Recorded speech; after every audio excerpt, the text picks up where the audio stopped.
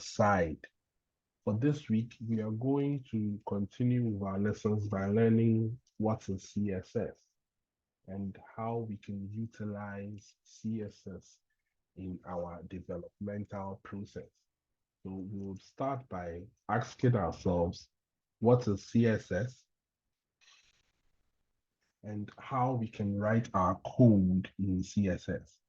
But before we discuss what CSS is, let us first identify two key features of web development. The first two key features in web development has to do with the ID and the class.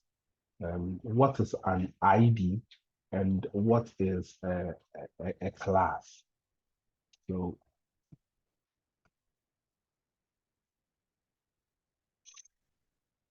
an ID and a class. What is an ID and what is a class? So an ID is a unique identifier.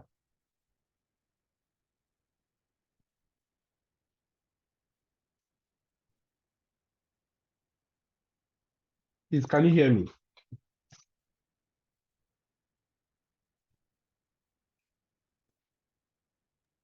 Yes, sir, we can hear. Okay. So an ID is a unique identifier that is used to identify a single HTML element. So if I have a HTML element, so I use the ID to uniquely identify it. So an ID is a unique identifier for a single HTML element.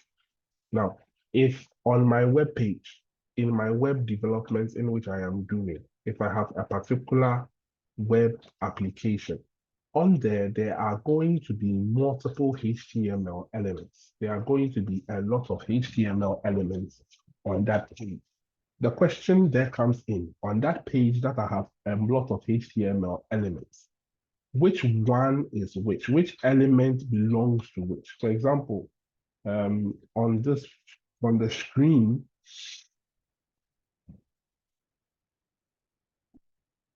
I have all this code over here on the screen. Let me make this a bit bigger so that you can see.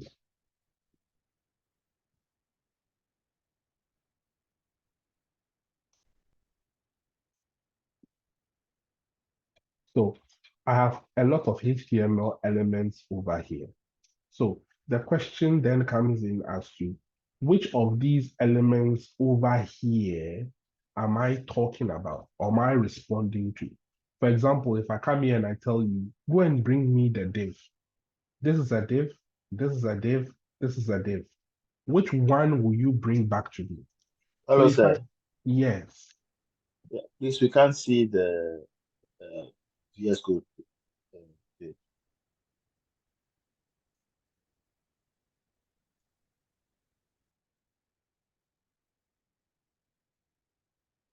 Can you see it now? Yes, please. Okay. So if I have this VS Code application on my page, now in this application I have here, I have a div tag over here, I have a div tag over here, and I have another div tag over here. The question is, if I want you to bring back a div tag, which of these div tags do I want you to bring back? Which of these div tags am I responding to? Which of these div tags have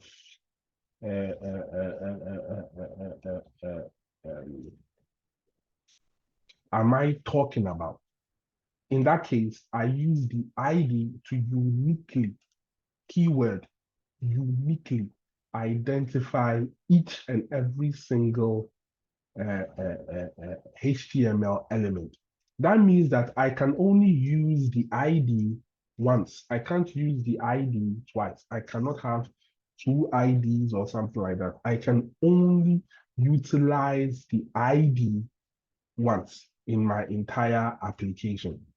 For the class element, I use it to identify a group of elements. So if I have a group of elements, and I want to identify that group of elements together, then I would use a class. So the class is used like the ID, but unlike the ID, it is used to identify a group uniquely.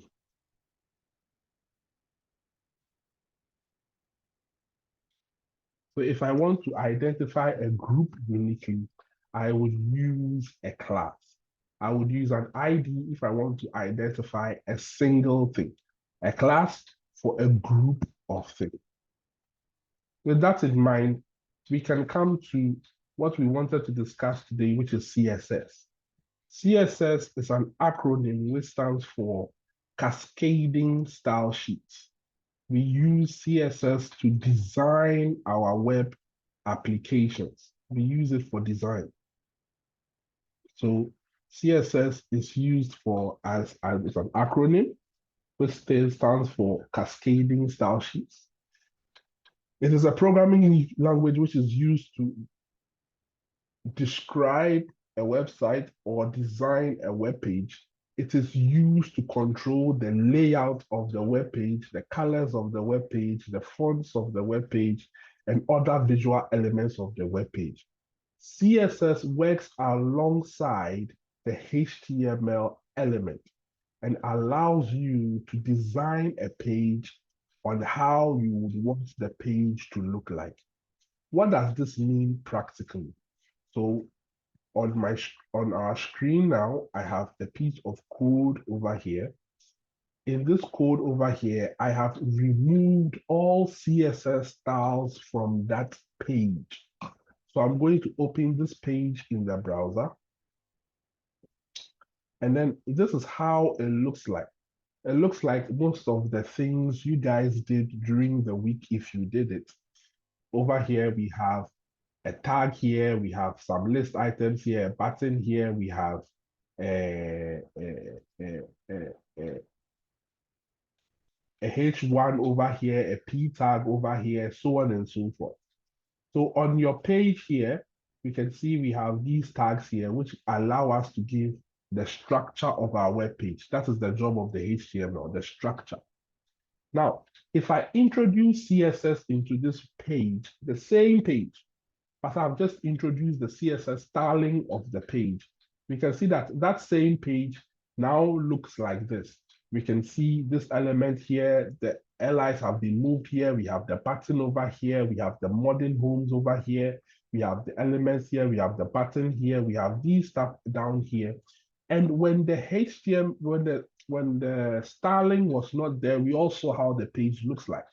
So the job of the CSS is to provide our web page with its presentation design, and also it controls the layout, colors, fonts, and all visual elements of our design.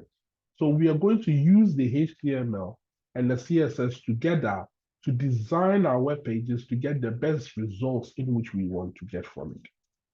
That begs the question, how will I use CSS? If I wanted to utilize CSS in what I am doing, if I want to build a particular site from what I am doing, how will I build that site? How will I get that site built? How will I implement CSS in my code? So for me to implement CSS in my code, first of all, I need to know the type of selector I want. So the first thing, the selector could be a HTML tag. So if, for example, if I want to target the paragraphs, all I have to do is tell the computer that, okay, I want P over here, and the P here stands for paragraph. So I'm telling the computer, I am targeting P. So wherever you see P, give it these kind of attributes. Make the color blue. So in your code, wherever we see P, you see that the color of P will turn into blue. Now, in me doing this, I am targeting P as a tag. That means every single place that P, the tag P is, it will turn into blue. And you can see what the problem of this, because in your HTML code, you have a lot of P tags. So if all of them turn into blue, it will be a problem. Maybe you want a part to be blue, a part not to be blue. So if I want a part to be blue and a part not to be blue, I can use the class to define that part. So it means that my selector could also be a class. So over here, I have a selector called class container. That is, this here is used to uniquely identify a group of items called class. How do I know it is a class? I know it is a class because of the dots in front of the container. That means that anytime I put a dot in front of something in CSS, that thing is a class. So the P tag I have over here, if I put a dot over here, that means that now I have a class called what? P. If I put a dot over here, I have a container class in which I am dealing with. Also, I could use a ID as my selector. But if it is an ID, then I will start with the hashtag. Let us also note that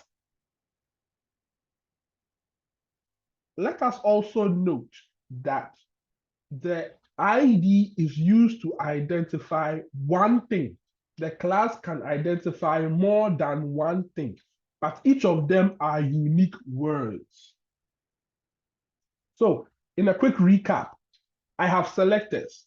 The selectors are the things I am going to target, because with CSS, I am targeting specific things to get specific results. The first thing I can target is a tag. The next thing I can target is a class. The next thing I can target is an ID. If I want to target a tag, then I will just type the name of the tag. So I can type P or A or H1, and it means that I am targeting every single H1 or P or A in my document. If I want to attack a group of things, specific things, then I can either use a class or an ID. But remember, a class is for a group, an ID is unique and it is for only one thing. If it is a class, I will start it with a dot, so I can have dot container or dot menu.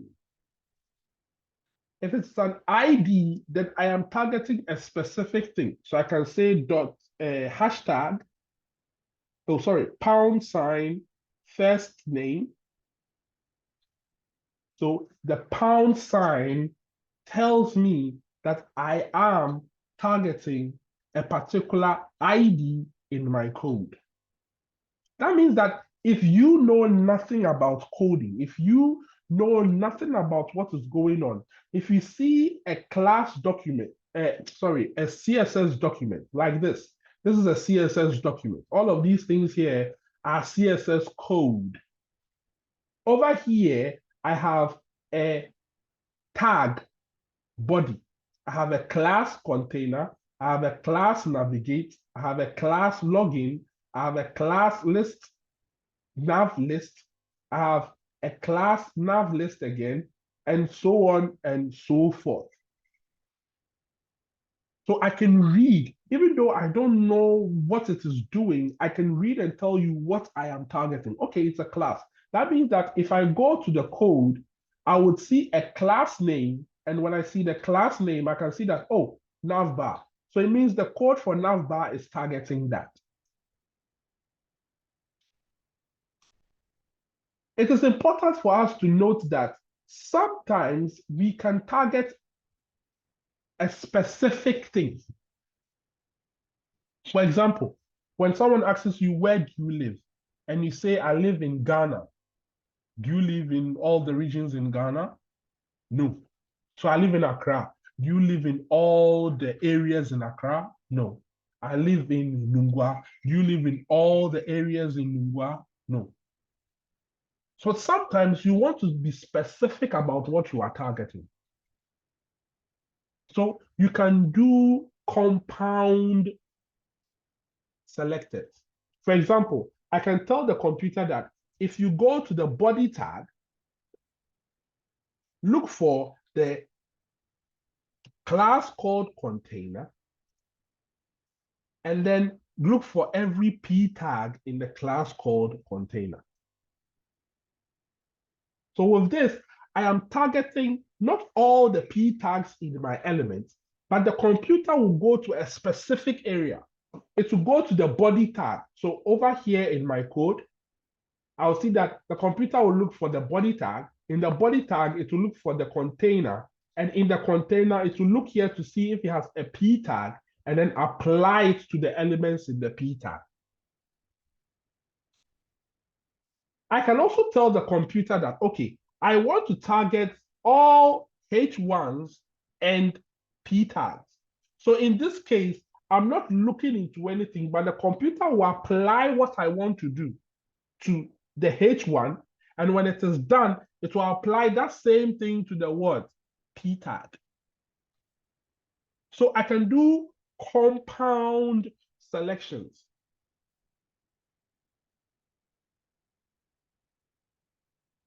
So that is the first thing we have to know about our classes. The next thing we have to know about our classes is that you would need to know, after you have the selector, in which I have spoken about at length, then you would come to the body of the CSS you want to apply. In there, you have the property you want to apply it to.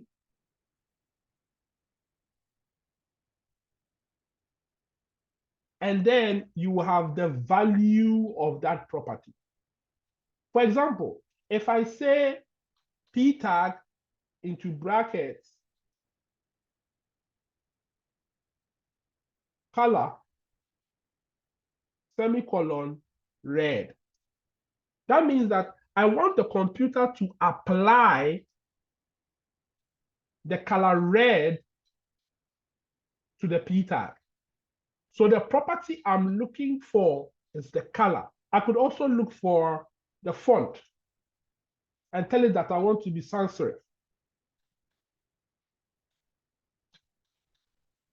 So again, the font here is the property. The sans serif is the value. Yeah, Papa Joe.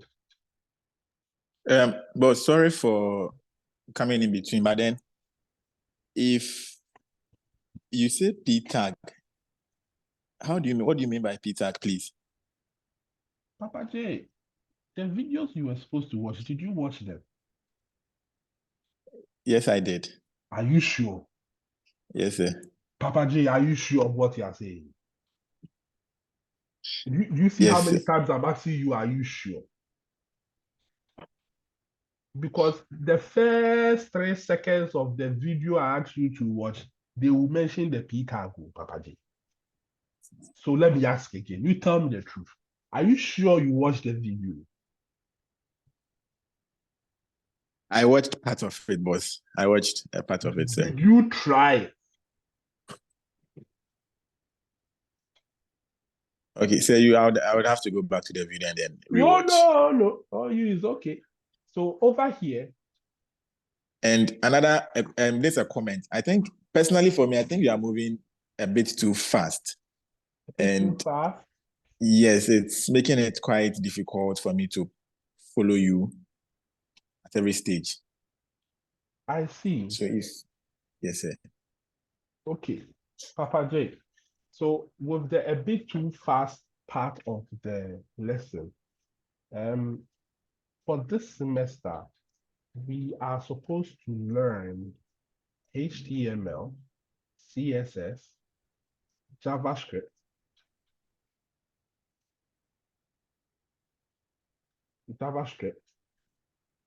We are also going to learn PHP, and we are going to learn MySQL. So before the end of the semester, you are supposed to learn all of this and master this. That's number one. Okay. Number two, I know that this one here would be a problem. That's why I gave you people this to go and then watch. You could see that during the week, I kept on asking, have you watched it? Have you practiced it in the group? No one said anything, apart from 2 people. Now, if you watched this and practiced this and did what you were supposed to do, you would realize that I'm not going that fast.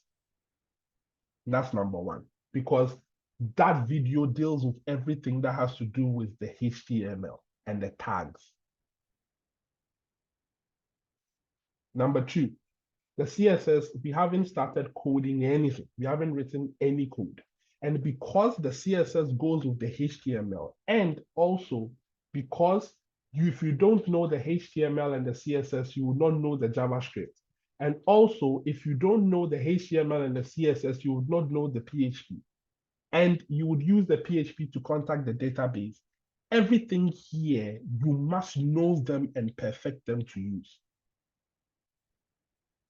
So I have to be very strict here and say, you do not have the time and the luxury to not watch and do the things you're supposed to do. There is a reason why each is given. And because of our time constraints, we do not have the luxury to wait, and we are not in class too. So it is assumed that since you are not in class and we are doing it online, each person, once they have an assignment to do, they will do it, and then they would make their problems and things known.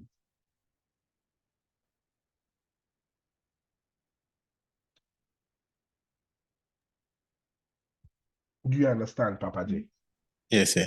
Thank you very much. So please, watch the 2 videos in which I sent. That will deal with the HTML part. I can't go back to the HTML part again. I can't go back, unfortunately. Anyway, back to this part. When I say the P tag, when you have your HTML work, over here, we can see that this code here, from those of you who watched the previous class, this code here is the basic structure of a HTML page, which means that over here, I have my document type, I have my HTML open tag, I have my close tag. What makes this a HTML tag is because I have the greater than, the name of the element, and then the less than, the name of the element, and the greater than. That means that over here I have this as my P tag, paragraph tag. So if I want to write a paragraph, I would utilize the P tag. And the P tag has a close tag. So we can see we have this and then close. Back here, I have this as my basic structure. So I will have my head and I'll have my body information. So in here, if I write P, welcome to the school. If I have this, welcome to the school. When I run this code in my browser, I should see welcome to the school here, and it has taken the properties of a paragraph. I'm going to do this again, and I'm going to say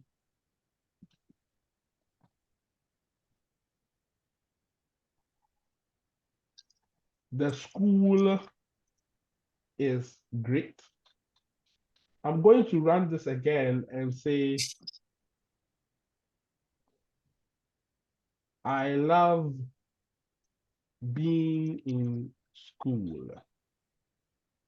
And then over here, I'm going to run a H1 tag, which stands for heading 1. And I'm going to say,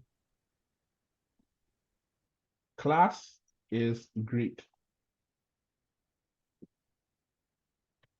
Now, if I open my browser again, I'll see that I have all of these elements over there. Now, the CSS, I'm going to write in document CSS. So I have to bring in my style tag and then my close style tag. The CSS allows me to target each and every single one of these things individually. For example, if I say the P tag should have the color semicolon red. So the P over here is my tag. The color over here is my property. And then this thing here is my value. Then we can see that if I run this thing in my browser again, all the P tags are red, but the H1 is left alone and it is not red. So I can target the properties of the things on the page. Each one, I can target it to give me a desired effect. Coming back here, if I don't want to target all of these things, I can tell the computer that, okay, here, give it an ID called first P. Now, an ID uniquely identifies a particular tag, which means that over here, instead of me saying, bring me the P tag, and you ask me, sir, which of the 3 P tags do you want? When I say ID first P, you know that I'm talking about this tag here because it uniquely identifies it. So from here,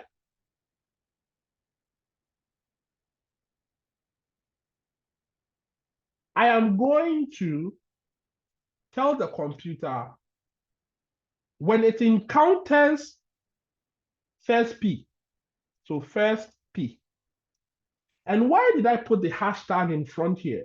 I put the hashtag in front here because it tells the computer that that element I am using is an ID. You can see that when I highlighted, it told me that element ID first P.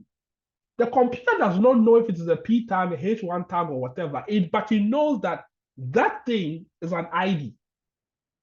So the element ID I am selecting, I want that element ID to have a color of blue. That means that every other P tag will have a color of red, but the one in which I'm saying should have an ID of first P should be blue. When I refresh, sorry. Oh, sorry, here there's an R here. So when I refresh this, I'll see that the first one is blue and the rest of them is what? Red.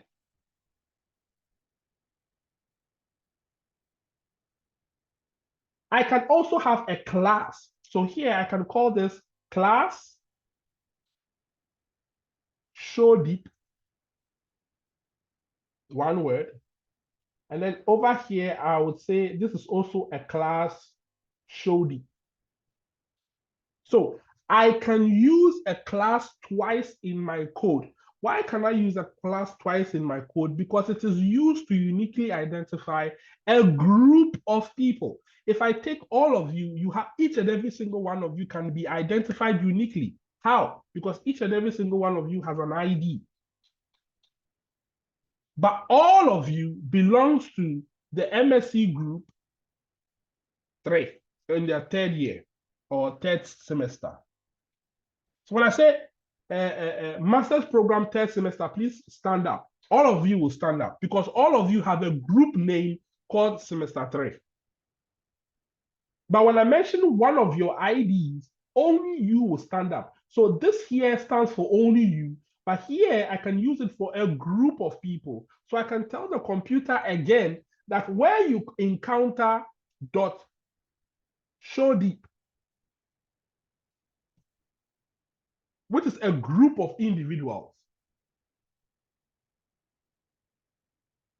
a group of them. Make sure that the font weight And of course, the font weight is what we call the boldness, right? So the font weight should be, let's say, 300. So again, when I go to my browser, I will see that the red ones would be deeper, would be bigger.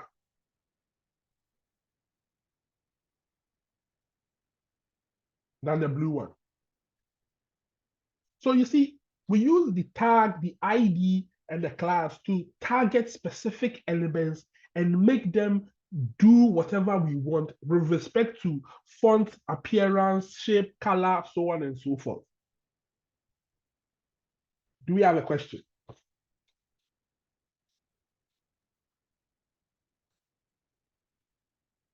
Sir. Yes. So if you are to punctuate whatever you've done, so let's say welcome to the school, full stop. Mm-hmm. How do you go about it in the code? Full stop. Okay, all right. Okay, thank you. Mm.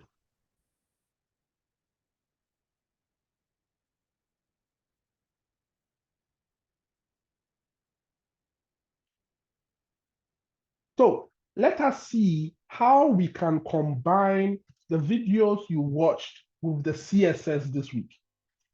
I'm going to design a simple login page.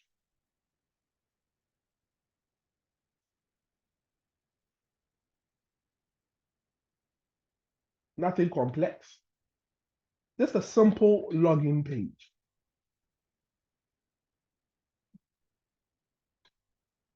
So over here, my title of my page is going to change to login and registration.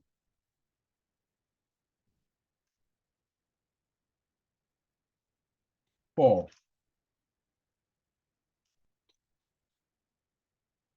In here, I'm going to remove these things here. And then I'm going to start off by telling the computer to give me a div tag. Now in the video, there was nothing like a div tag. So this is something new we are learning. And what I will try and do is every week we meet, I will introduce a new HTML tag for you to learn that also. It's very important that we realize again that HTML web design coding, if you are not practicing, you are not knowing. So please practice. But here I have a div tag. When I go to my screen to look at what I have done so far, I'll realize I have nothing there. When I right click and go to view source page, I would see that I have a div tag over here waiting for me, a div tag. But when I come back here, there is nothing there. So what is the div tag? All of us here are old enough to have experienced a time where there was water in Ghana that was being sold in a pure water sachet, the sachet water. If you didn't experience that, let me know. We all experience sachet water. Perfect. Now, all of us here, when you bought the sachet water, you could see that the water in the sachet water, you could move it, you could pull it apart, you could play with the rubber bag, and the water inside, the quantity will be the same, but the bag itself will stretch and move to different angles. Please, who has experienced that before? Who has not experienced that before? Let me know now.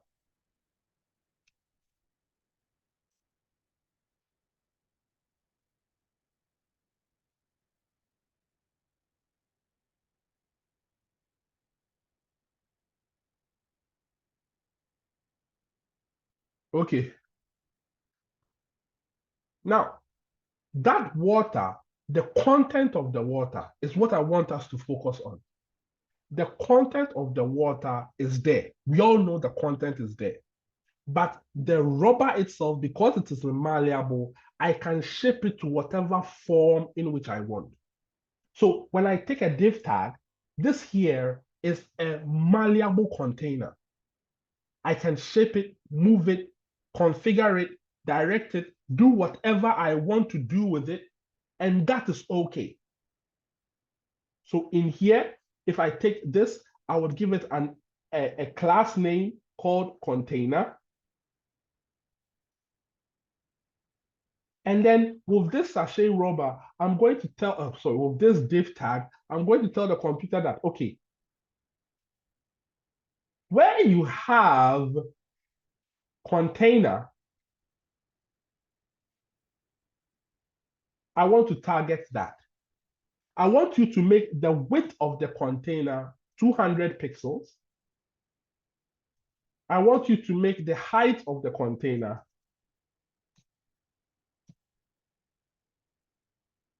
200 pixels. Now, if I go back to my screen again, there is nothing there. Sorry.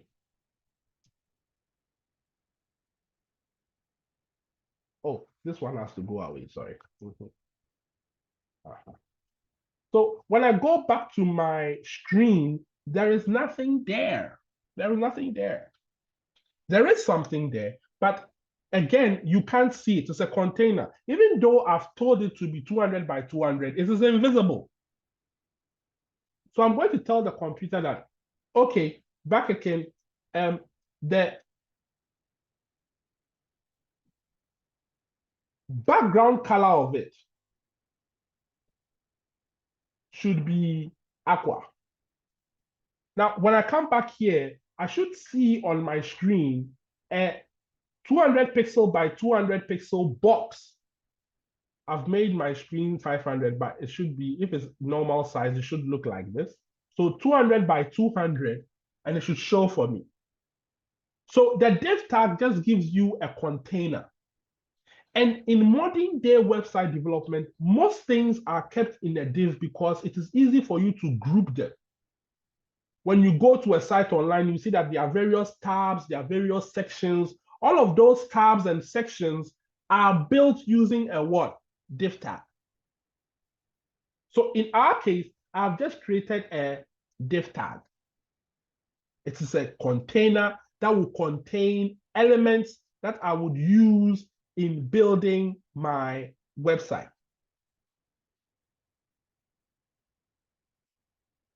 Now, in that container, I'm going to have another class, which is also going to be a div tag.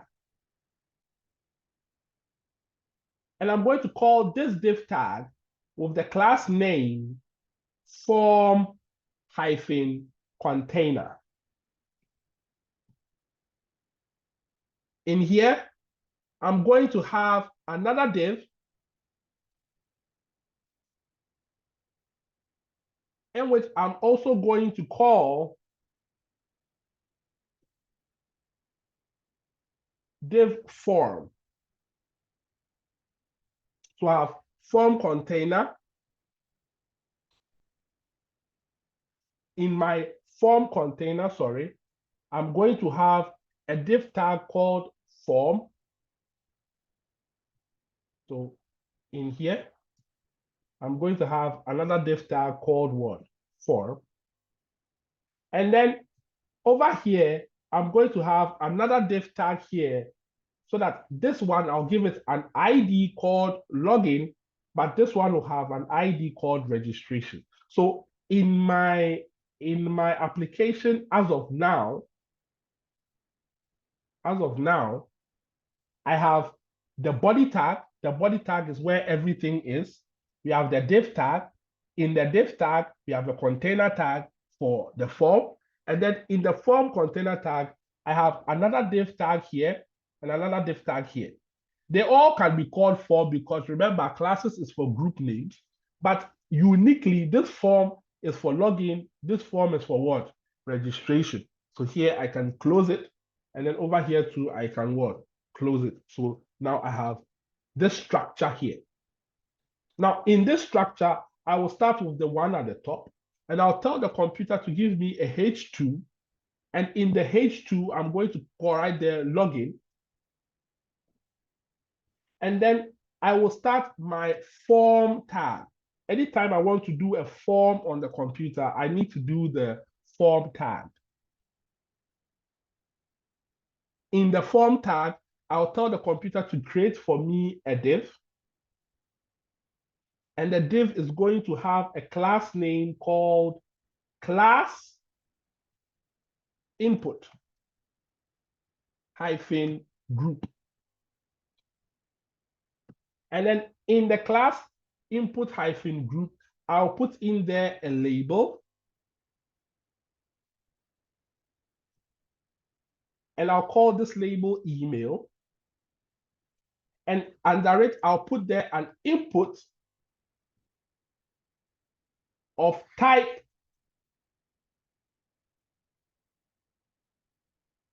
email.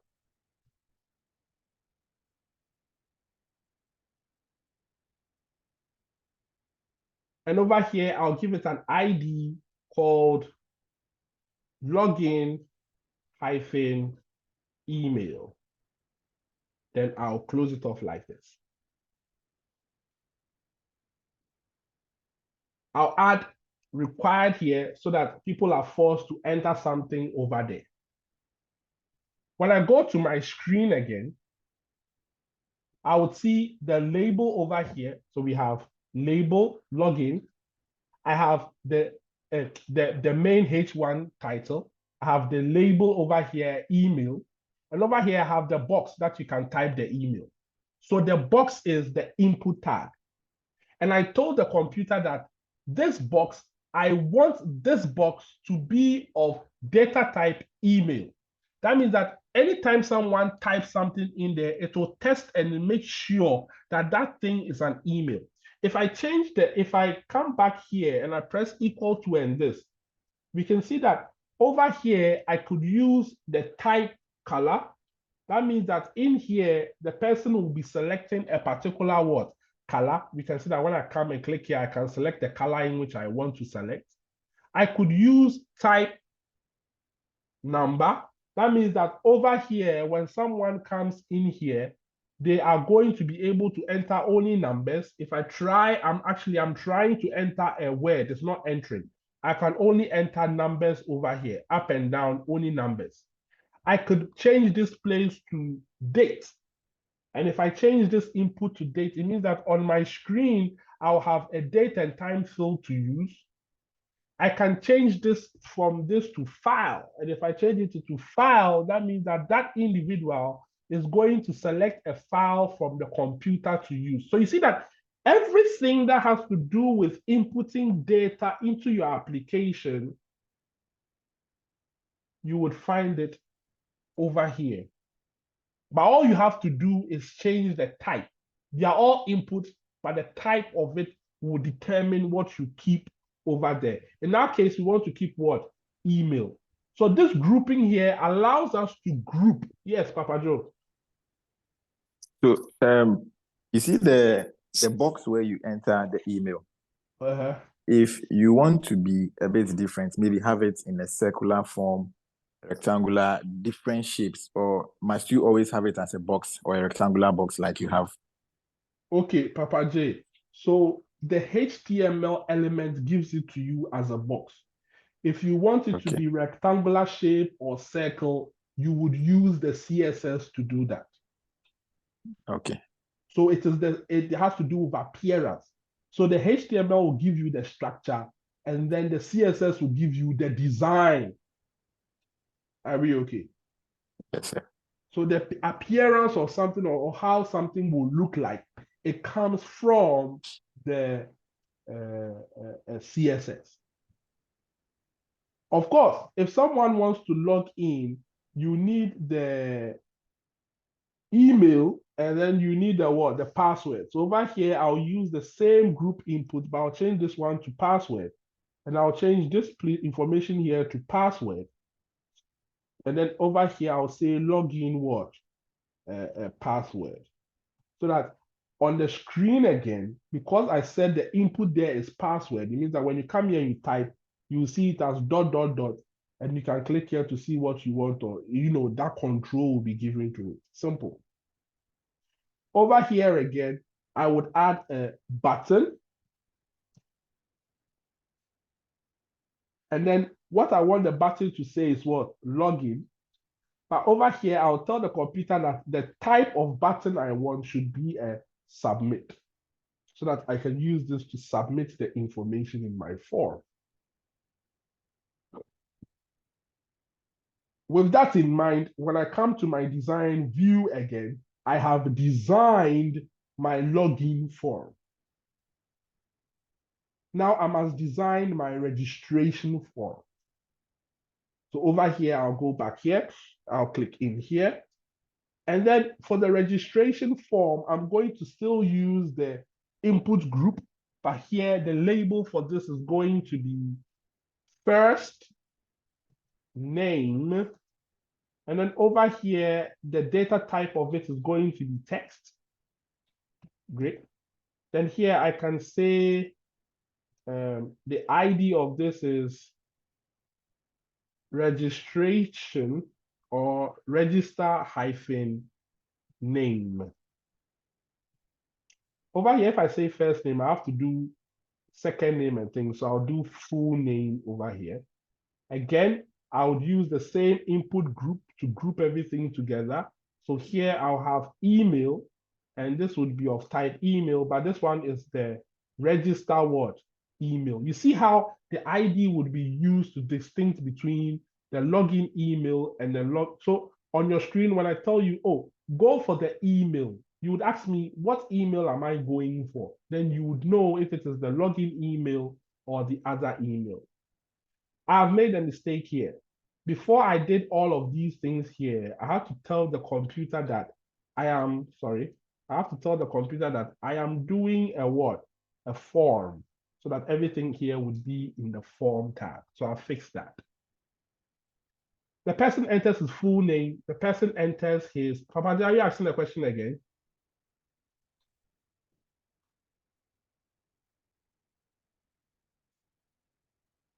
Okay. No, please, I'm not asking a question. No. So the person asks his full name, the person asks his email. The next thing the person will ask is their password, because you are registering, so we need to have your password again. So here will be password. And over here, we'll say register what? Password. Very good. Then I will have a button again. So over here, I'll have a button under this. And then in my button, I will type in register. So that the person knows that when he clicks this button, he's doing what? Registration. Very simple. So with that, I am done designing my form. So you can see that in my form, I have this, I have that, everything looks good. I think I have to add a H2 at the top here. At the top here, I need to add a H2 so that the person can know that this is the register section. So register, great. So now when I come back here, I click here, I click on this one, I'll see login, registration, the person knows what he's doing at each section. But this does not look nice. It doesn't look good. It doesn't look great. It doesn't look like something in which, you know, to whet our appetite. So how will we fix that? We'll fix that by applying the CSS. So on this screen, if I dock this screen, can you see? Let me dock it and see. So over here, I'll dock this to the left, and then I will dock this to the right. Okay, can we see both? Yes. Okay, that's fine. So in here, I'll start writing my code. I have star, body, and then in here, I'm telling the computer that I want you to apply the star, this is what it means, to all the elements. Star means all. So it means every single element you have in the body tag. What I'm about to type in here will apply to it. I'm going to tell the computer that any margin in which it has,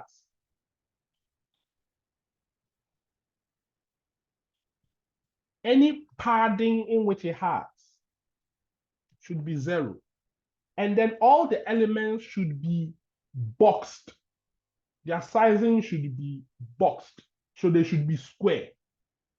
Why will I tell the computer to remove all margins? When you see here, there's a space between the login and the top. Over here, on where my cursor is going round, there's a space between the login and the top. I want to remove it so that I will tell the computer what space should be there. I want to remove all the padding too, so that I will tell the computer what space should be there. The question then comes in here, what is padding? What is margin?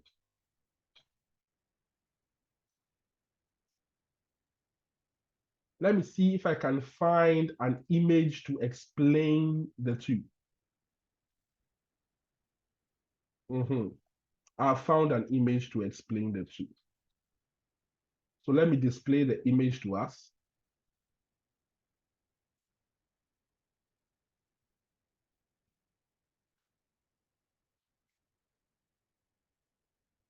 Wonderful.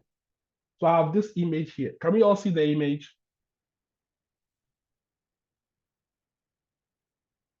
Yes, sir. Okay. Yes, please.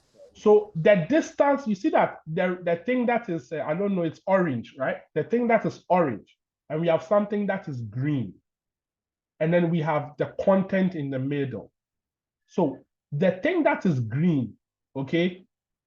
The distance between the thing that is green and the edge of the element outside. So if we are two people standing there, the distance between us.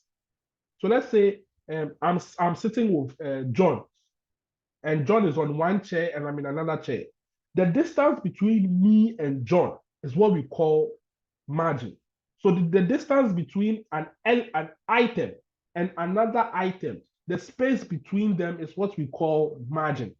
So on my screen here, if I tell the computer to remove all margins, just all margins alone, I've taken out the padding and everything, you can see that every space in my work has been what? Removed. If I tell it to remove all padding and margin, we can see that all spaces between something and another thing has been removed, and all spaces between the padding is the space within me. So any space within me will also be removed. So if I have an element, it has a space with something that is outside it and a space within it.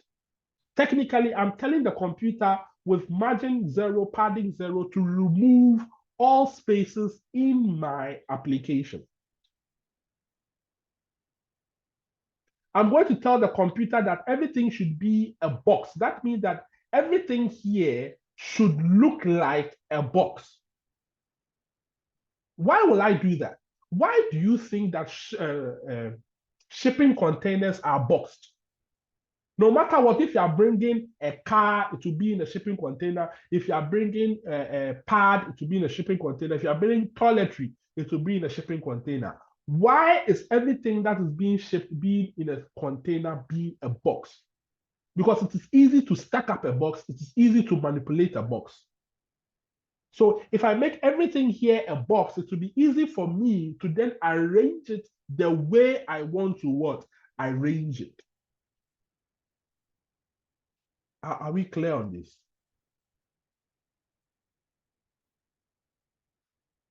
I want to target the body of my application. And I want to tell the computer that the font family of my application should be Arial.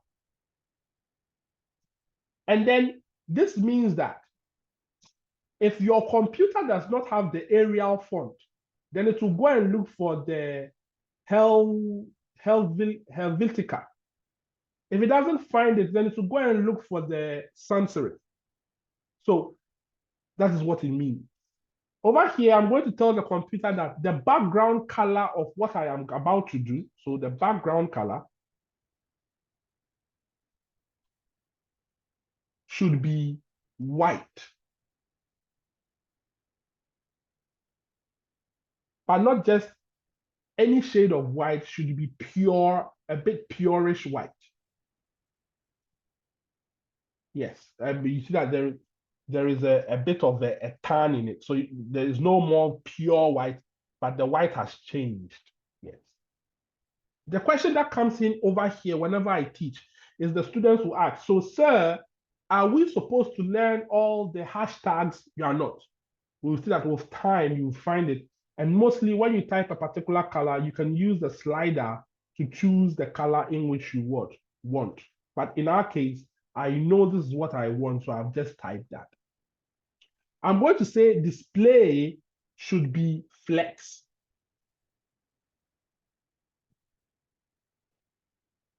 Display flex will allow all your elements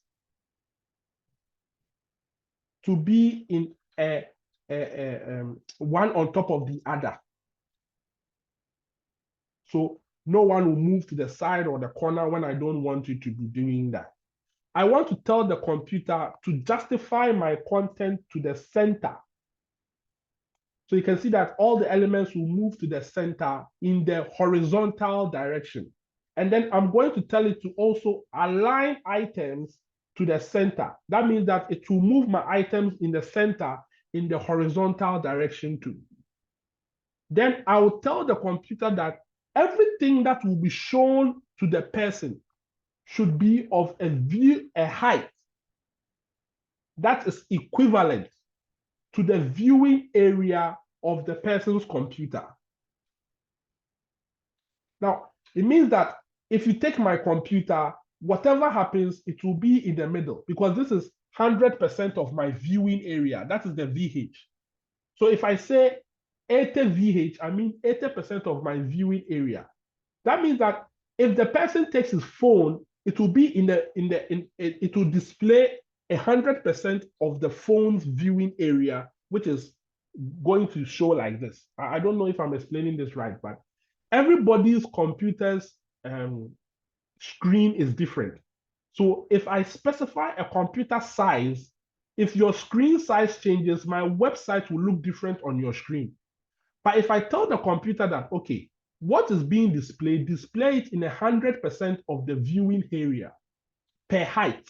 It means that no matter what your device is, whatever your device is, it will display 100% in that, making sure that every time everything will display evenly on the page.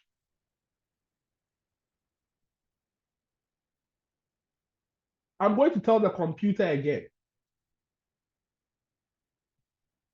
that it should target the container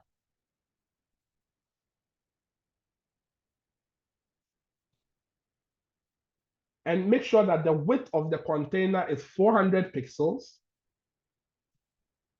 The background color of the container,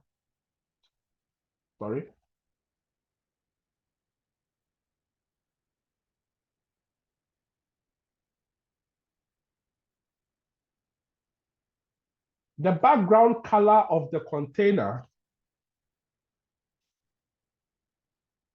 should be white. That is FFF, hashtag FFF.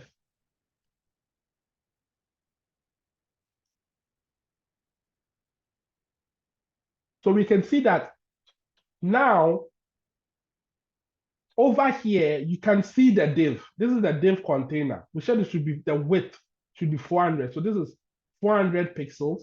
And then we have made it white so that you see a difference between this and the background. Again, over here, I'm going to say the padding of it should be 20 pixels. That is, before I press the save button, the space between the white and everything in it should be 20 pixels all around. So you can see that there's a space of 20 pixels. There's a 20 pixels here, 20 pixels here, 20 pixels here, 20 pixels here. So that it doesn't touch the white, but it's a bit off the white. In here again, I'm going to say there should be a box shadow of 0, 0, 10 pixels. And then we should use the red, green, blue, alpha color scheme of 0, 0, 0.1. Again, if these things come with time. So I truly am not expecting you to know all of these things at this point in time. With time, you would master these things. But for our class, we have to see the CSS being used. And when you practice, you would practice and then get used to it. And obviously, every application you build a login. So if you are very observant, you realize that over here, there's kind of a shadow around this, which gives the illusion that this thing here has popped up, or it is big, or it is up. You know, it is separate from the background. In doing this again, I'm going to tell the computer that the border radius should be, let me make the border radius 50 pixels so that we see the effect. You can see that it has rounded the corners. This is where Papa J, your question comes in. If you want to make something round and stuff, you can see that you take a square and then round the corners, then you get a circle. So over here, you can see that I am rounding the corners, but I've done it too much and it looks a bit weird. So here, I'm going to remove it and do it just 10 pixels so that you see that the corner over here is smallly rounded, then it doesn't look like a square, it's taking shape now. Back here again, I'm going to tell the computer that the form container that we did, remember, we did form container, form-container. We are going to tell the computer to display the elements in the form container one after the other, but we want the flex direction. We want to ensure that the computer knows that the flex direction is a column, so that the computer knows that we want to put everything one on top of the other. And then all the items over there should be aligned in the center in the horizontal direction, so center. Now, in doing this, we'll see that our elements will be well arranged in the center and well controlled. Then we are going to tell the computer that where you have the class called form, again, if I just type form, that means I'm talking about the form tag over here. But the class called form is talking about this one, this element we have over here, because it's a class. We want that element to have a width of 100%. So whatever it is containing, it should have the full length of that thing. And also, it should have a margin at the bottom. If I just write margin, that means that I'm doing a margin all around, top, left, right, bottom, but I just want the bottom to have 30 pixels of it. Now, in doing so, we can see that I have separated the login from the registration, and the space I have here is the 30 pixels. I will now go and attack the H2 and tell the computer that I want the text to be aligned in the center. I want all my text to have a margin from the bottom of 20 pixels. I want all my text to have a font size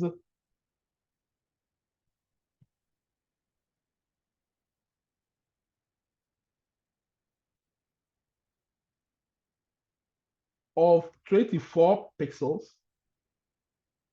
I want the color of my application to be hashtag 333, which is gray. So again, you see that this is gray, this is gray. And why is each of them gray? Because over here, I'm targeting the H2, and since there are two H2, anywhere that the H2 is will take up that characteristics that I have specified. Back here, back to the design again. I want to design my input group. So dot input hyphen group. And in here, I want my input group to have a margin at the bottom of 15 pixels. So you can see that now all of the text here are separated because this and this is one group, this and this is one group, this and this one group, this and this one group. So the space between each of them would be separated so that you can see it nicely. I want in the input group, go and look for the labels in the input group and make those labels have a font size of 14 pixels and have a color of hashtag 555, which is a bit lighter gray. Now, I'm coming to target this one. I've done this one. I'm coming to target this one. So over here, I'm going to tell the computer in the input group, go and look for the input tag. And wherever you see the input tag, make the width of the input tag 100%. The moment I do that, you can see that this is now longer. And it comes to the bottom because you are saying that all of this is in one place, but this should be 100% of the container that it is in. So it is going to stretch out and come over here nicely.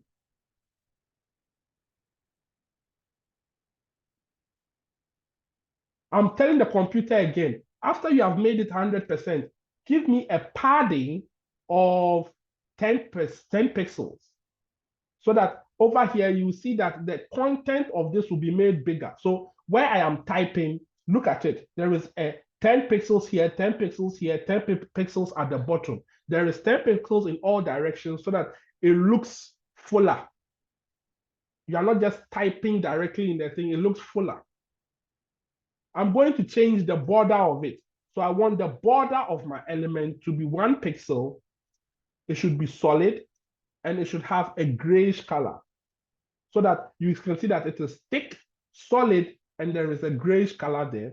And I don't want it to be so boxy, so I'll just tell the computer the border radius of it should be 5 pixels so that you can see that immediately I have curved edges for my container. Also, I want the font size of the things the person will type to be 16 pixels. And I want there to be a margin from the top because I want to give a small gap between the label and itself. So not the bottom, but the top of 5 pixels so that there will be a small gap between the label and the thing itself.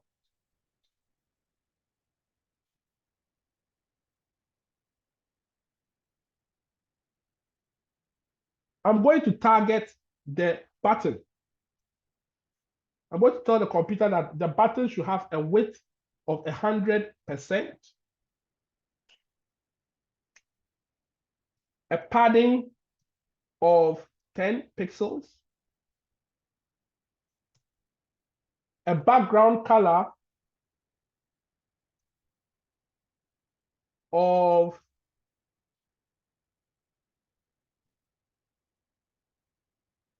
this, which is green, a color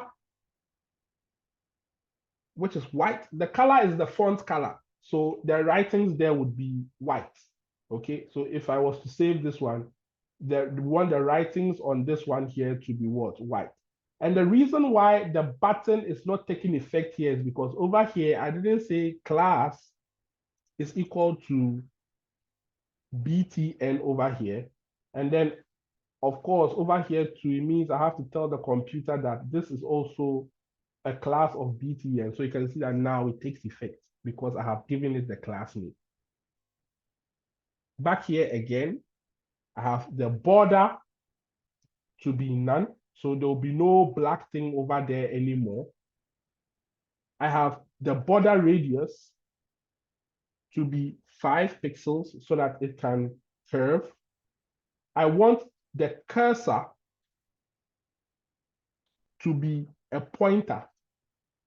So watch carefully. When I'm here, I can enter when I'm here, it's pointing, but when I get here to change to a what?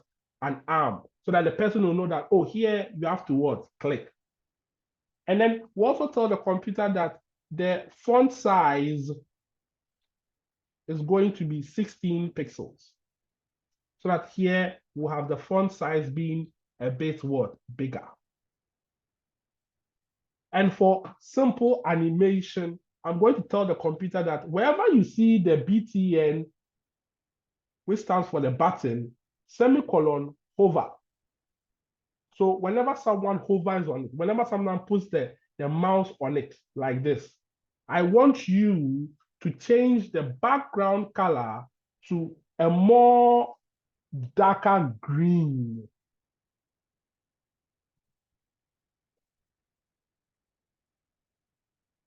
So that the person knows. You see that when I come here, you see that now it shows that I'm coming to click on it. You see that the effect changes. Ladies and gentlemen, this is a designed, let me take it to the full size. So over here, I'm back to 100. So this is how to look at 100. I made it bigger so that you can see. But this is me designing a login screen and a registration page. Someone will just click here to log in. Someone will click here to register.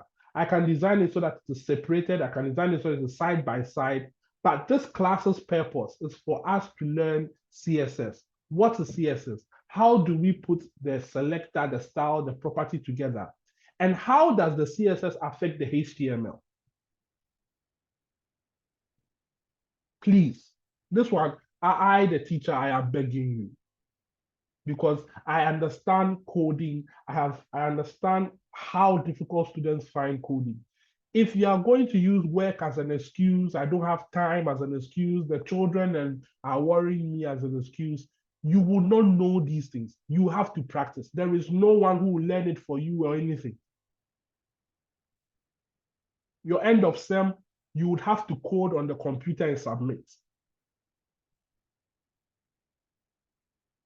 And we are building up, because first of all, we have to learn it, and then we have to learn how to use it. We can't use the class time to learn everything. That is why the videos are there. Practice. Explore.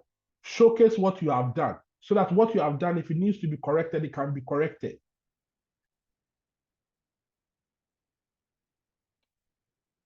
I will send the recorded class in which we have just done into your class page like I always do.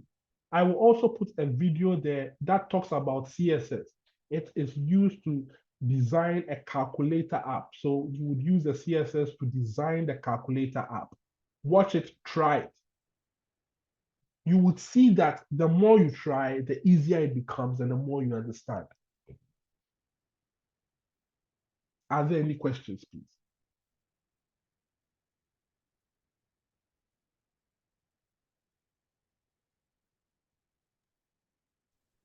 So this is not a question. I just want to remind you so you can put it on right now so that we will practice after the class, right after the class. No problem. I will do that.